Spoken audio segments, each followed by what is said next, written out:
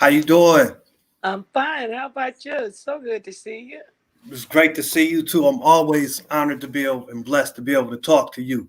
Yes, Trey. I'm so blessed about you're a blessing, Treyon. Happy holidays to you. Happy holidays to you. Um, so uh, a couple years ago, not long ago, Jaffort Smith was murdered by the St. Paul Police Department. Can you tell us a little bit about who Jaffort was? Jaffort Smith was my third son. I mean, my third baby. My baby. He was my baby. Jaffort was killed on the east side of St. Paul in a residential neighborhood on Mother's Day, May 9th, 2016. Jaffort was shot many times. I think about 39 to 42 times. Mm, He we it's just never been explained to this family as to why Jaffort was killed. And right now today, we've been fighting for Jaffort for 5 years. We've been fighting not just for Jaffort, but just for all the victims of killings. We know it's racial. We know that it's white supremacy way of doing things. that's right. That's And right. When go ahead. my family need answers. And Jafford had a son and wife that need answers, sister and brother. His whole family was torn by this. And Exactly. Who um when when did it happen? it happened May 9th, 2016, on late night, around about 3 o'clock in the morning. That night, I had talked to Jafford. And that day, the whole day, we were together, my family and he. And we were celebrating Mother's Day. But that Mm, night, Jafford fell on my heart, and I called him. And it was late when I called him. And I said, "Are you in?" And he said, "Yes, Mama, I'm in." You know, I said, "Well, you know, I worried about him because a month ago I had a bad night. I had a nightmare about Jafford death. So I was just really, really on him. And that night, that that nightmare come back to me. That particular night that Jafford was killed, and it fell upon me so bad. I called him and I said, "Jafford, are you in?" He said, "Yeah, ma, I'm in." I said, "Listen, I don't want you going out." I said, "They are killing you guys. They're killing black men. I don't want you going out tonight." Jafford said, "Mama, please stop worrying. Please stop worrying." And I asked him, "Was he saved? Are you?" I asked him, "Was he with Christ? Do he believe in God?" He said, "That's what you raised us on, didn't you?" He said, "Yeah. Why you ask me that?" He was just wondering why. But I felt his death. I felt it, and it was devastating. yeah, And about an hour later, he was killed. After I talked to him, I didn't know, but it was on me so bad. I was just crying all night, just crying. And I got up that morning. I watched Fox 9 News and heard that there was a shooting that night, and this person that got shot a lot of times by the police. I kept calling his sister. I said, "Have you heard from your brother?" Because every morning Jafford is here eating breakfast with me. So I asked her, "Have you heard from your brother?" She said, "No, not yet." She said, "But it's early, Mama. Stop worrying." They always was on me about it because that whole month after I had that nightmare, I I know now that God was preparing me and showing me there's no way you can be prepared for something like that. And I just stayed on him. I didn't want him out of my sight. Mm. And, children, the other children kept saying, why are you doing it? Why are you on him like that? Why? I was just, I was, I was just not, I didn't want him to go. I just knew it. I knew he was going to go. I couldn't accept it.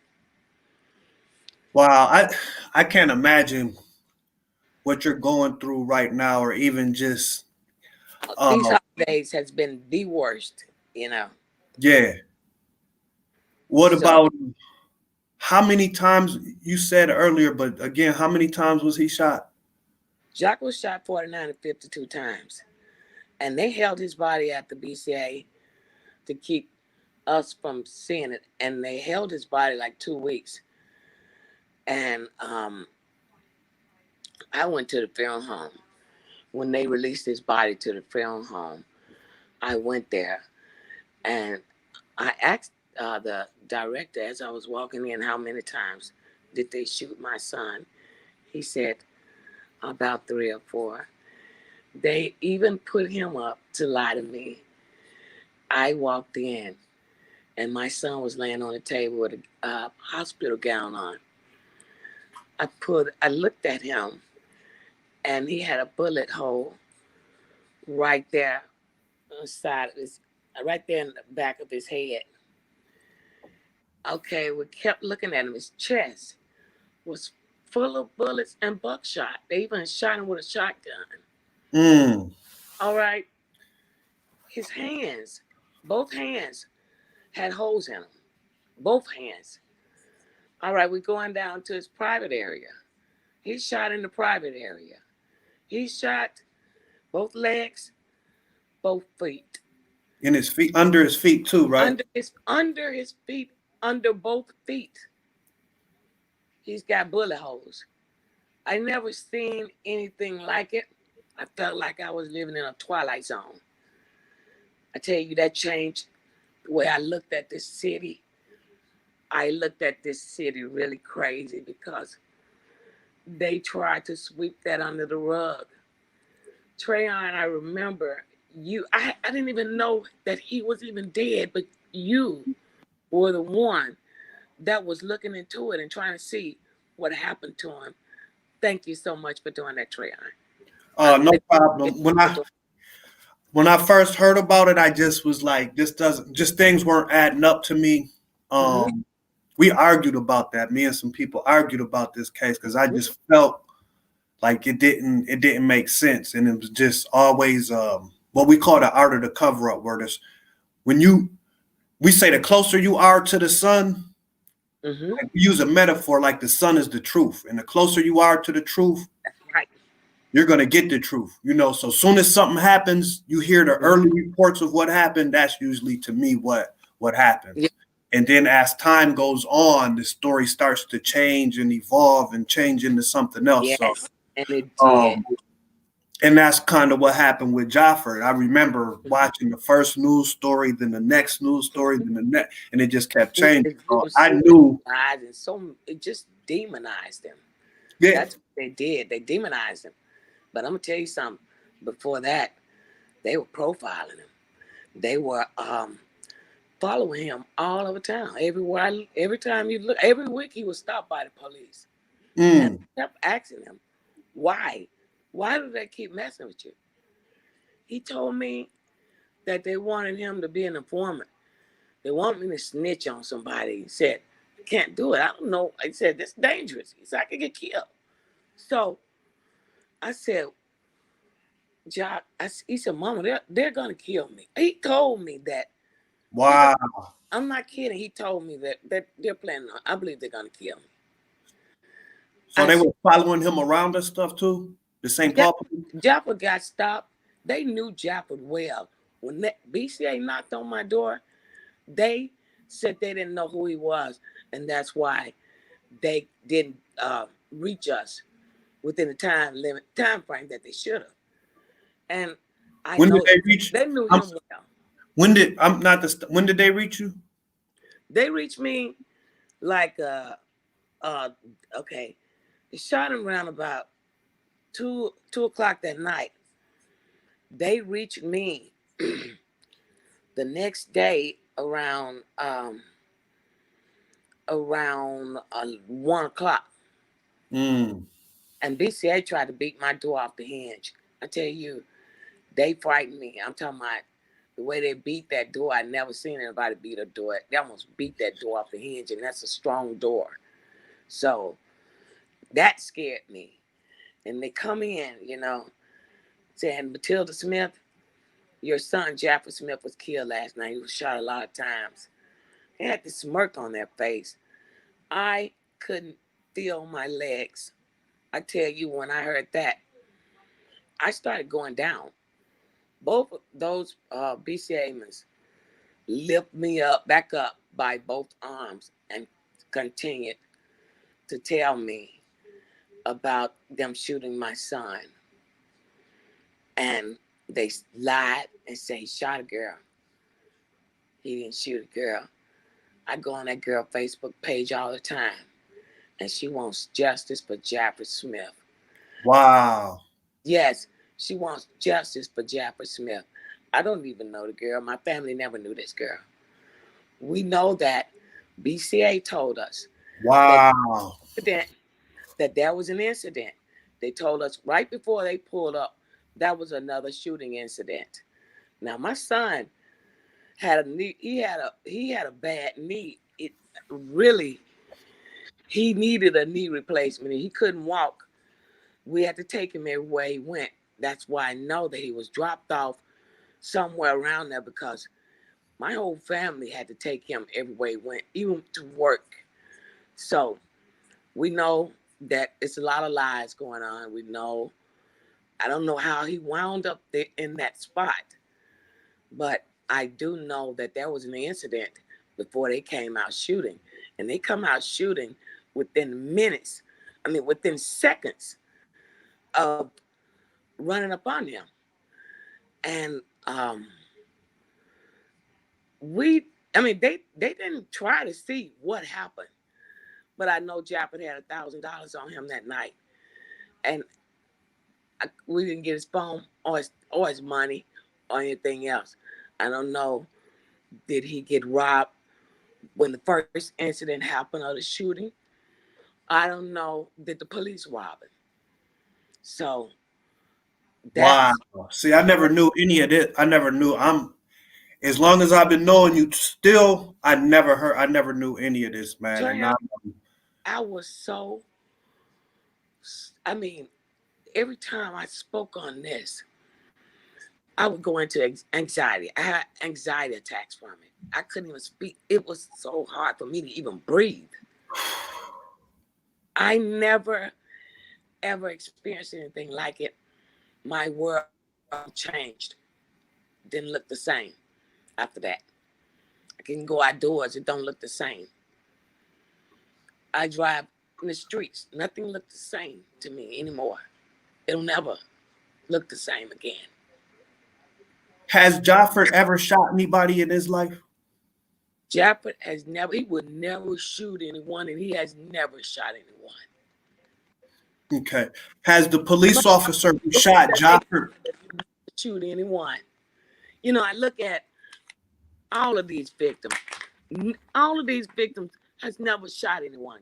Jamar Clark, Marcus Golden, Philando Castile, Justin Teagan, Cordell Handy, Demetrius Hill, George Floyd, Map Kong, and the list goes on and on and on.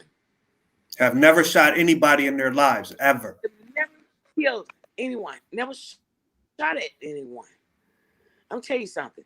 Jaffort had a mental condition, schizophrenia mixed with post-traumatic stress disorder.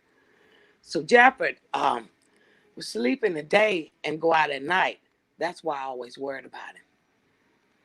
And no, he would never shoot anyone. No one. Has the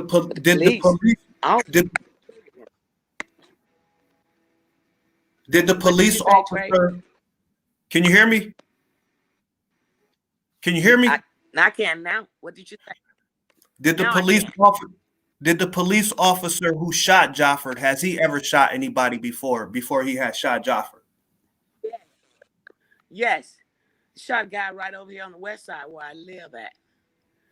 And he said that guy threw a rock at him. So he shot This somebody police who name. threw a rock at him. This police name is John Cochran. They moved John Cochran in my building. I just saw John Cochran this morning. Wait a minute. So you're saying the cop that shot and killed your son lives in your building now? Yes. I face him. Sometimes I get on the elevator with him by myself. I've been in the washroom with him by myself. I have total anxiety attacks with this guy. It's been rough. How and the police have to know that you live in that building before they allow this guy to move into this building. That the officer who murdered your son now lives in the same Yes. building as you, and you have to see him on a regular basis. Yes. Community, we have to come together for Matilda Smith just to address that issue alone. That I've addressed it out at press conferences. I've addressed it. I've been out there, fighting with the movements, and I support Black Lives Matter and all the other organizations. And I have stressed that out there while I've been out there. So what we've been talking about is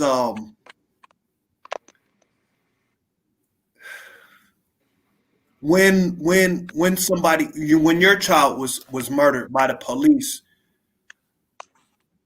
they demonized them. Can you explain what that means to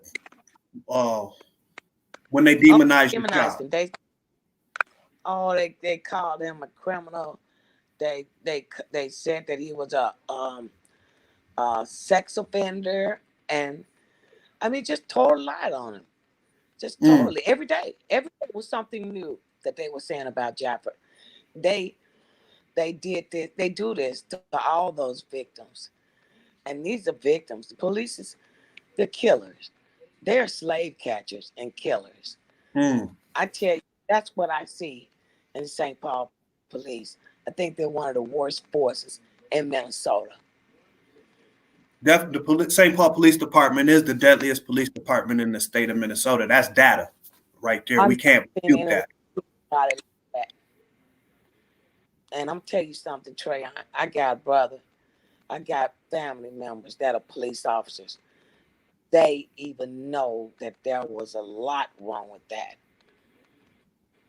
When one of my brothers come up here, I took him to the scene of the crime. He said Jaffort was assassinated. He said, I don't know why. He said, but this is wrong here. This is a lot wrong. There's a lot wrong with this. If you go around there and look, there's a wall up. When Jaffort ran in the back of somebody's house, he couldn't get through. He couldn't get by that wall.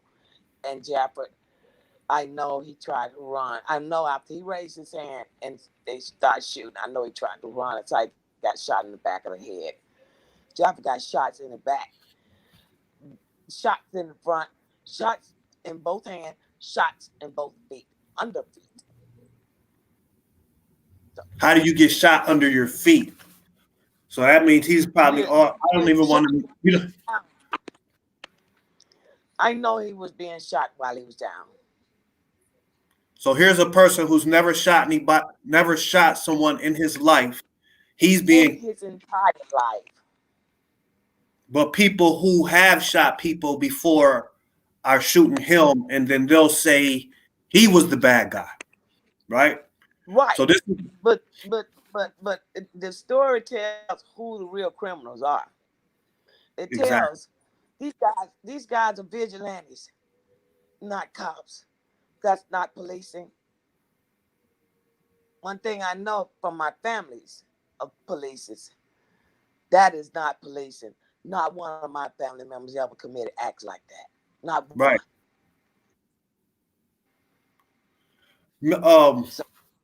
What do you want to see happen to the officers that murdered Jaffort? I want all four of those officers to be held accountable for what they did. All four of them. And I want equal justice. I need equal justice. I need Jaffort's case reopened because that was a fake grand jury. There was no witness there. There was no lawyers there. There was a DA and the police and a jury, which four jury members wanted to convict those officers. Four. What could you say that again? Okay, so tell us about the grand jury process again, because Grand people jury we don't. process This was is stuff we never got to talk to you about. it was a secret grand jury where we didn't know when it was going to be, and our lawyer didn't know when it was. He wasn't even there. He didn't know when it was going to be. They had a grand jury with nobody there but the police, DA, and a jury. And this Not was here. even the girl that they, no witness was there. But I looked at Not the even the girl transcripts of it. who they're saying got shot. She wasn't even there. Not even her. So how can you have a grand jury without the The person who witnesses. the witness? Yeah, Right. yeah, that don't add up at all. See, these are things that we have, Not at and this all. is why we call them for independent investigation into any police-related shooting that has resulted in death in the city of St. Paul for the last Yes. 20 years, I would say, to go back and Yes. just look at some of this stuff and see what's happening, you know. So yeah, we hopefully we could get, get down. We will continue to fight for justice Oh yeah. for Jaffort, and then I want you to come back on because there's a lot to talk about. But I know you got a birthday party.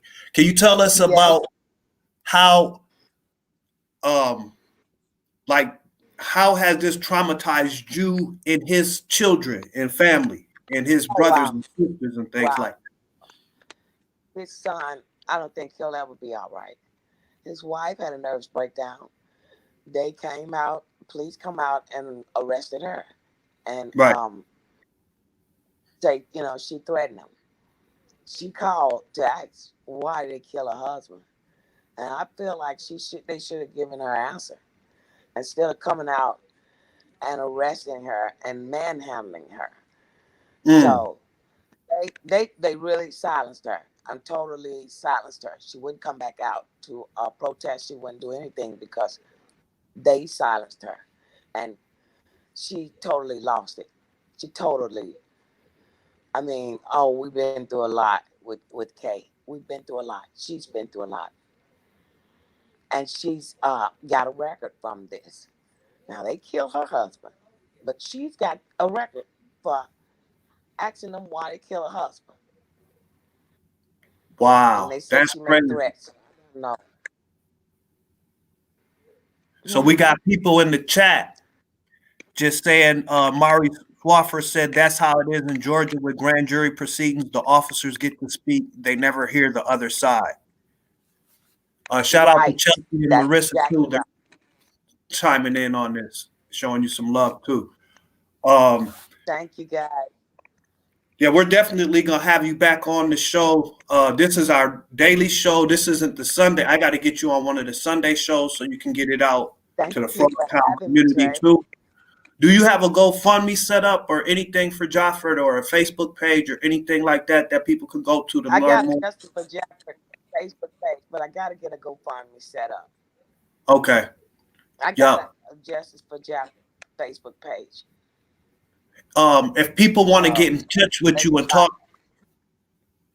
everybody, if more people want yes, to get in touch with you and talk to you about what happened, is there a contact information you feel comfortable with giving out? yes, you can. My contact is my phone number or my email. You have both of them, Treyon.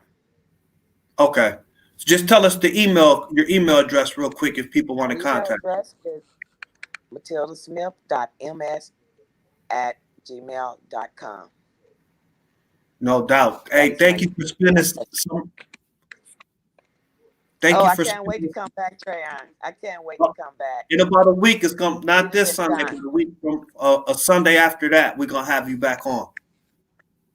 Okay, thank you We're gonna so keep much, we're gonna keep Trayon. Jaffort's name. Justice for Joseph. Justice for Justice for Joseph. Joseph. Justice for Joseph. Justice for Jaffort. Justice for Marcus Yes. Golden. Justice for Philando. Marcus Justice Golden. for, Cordell Hand, all of them. Hardell, all of them. All our people in Minnesota need justice. Isaac Aiden, they're out marching for Isaac today. Shout out. And they're having his today. They own him now. They're having him today. I think I'll try to ride out there to just check on him. And then I got to go to Cottage Grove to my grandbaby's birthday. Okay, thank you for coming in and spending some time with us today. I really appreciate it. Thank you for having me, and thank you for hearing my story, Trayon. Thank We're you going to talk about it some more. We'll have you back on in about 2 weeks. Okay, I'll be glad to. All right, God bless you. Thank you. No problem. God bless you. Okay. Peace. Thank you all. Goodbye, y'all. Bye-bye. And that was Matilda Smith, mother of Jaffort Smith, talking to us about her son Jaffort and what happened about 4 years ago here in St. Paul. Just a quick reminder, we got the MLK March coming up. That's January 18th here in St. Paul. You can go to the BLM Minnesota Facebook page, official BLM Minnesota Facebook page. Go to that one. Got about 12,000 followers on there. And you can sign up RSVP for the MLK March. We have the Reparations March and Rally in Washington, D.C. Make sure you RSVP for that at the official Black Lives Matter Minnesota Facebook page. We got the food drive coming up this week. Sign up for that and just keep it popping. You can also go get your Black Lives Matter Minnesota hoodies and defund the police shirts at Black Lives Matter Minnesota, Black Lives Matter mn.com. Order your shirts so you could be the defund the police shirts is up there. Make sure you get that and then RSVP for that march in Washington. Tune in tomorrow. We'll be streaming live on WFNU.org. We're going to have Delshia Perry on. She's going to be talking about her son, Hardell Sherrill, who was basically tortured and murdered in Beltrami County Jail. They're going to be doing an hour-long special about that. And Dr. Death, a.k.a. Dr. Leonard, who's the owner of Men Correctional Facilities, who has he's doing business in about 36 counties here in Minnesota, also in Iowa, and he's responsible for a lot of deaths of inmates. And we want his contract to come to an end. So we'll be talking to Delshia Perry, whose activism with with BLM Minnesota and other organizations here in the Twin Cities has led to 56 new investigations into jails and prisons, and some laws are about to be changed, and that's a good thing. So tune in for that tomorrow. That's 8 p.m. right here. Big shout out to Minister Toya Woodland, Black Pack, CBAC, ADOS Mississippi, ADOS DMV, Communities United Against Police Brutality, the Racial Justice Network, Revolutionary Sound. A lot of organizations are coming together to put this march together in Washington, D.C. So it should be really exciting. We're demanding reparations and police accountability on day one of Joe Biden's administration. So tune in tomorrow right here on the Traer and Cruz Show. 94.1 FM, Frogtown Community Radio in Black St. Paul, Black Lives Matter, Minnesota. All right? Oh, the St. Paul Recovery Act. Be on the lookout for more news about that. That's going to be popping up. You'll be hearing more about that in the next coming weeks. All right? Peace.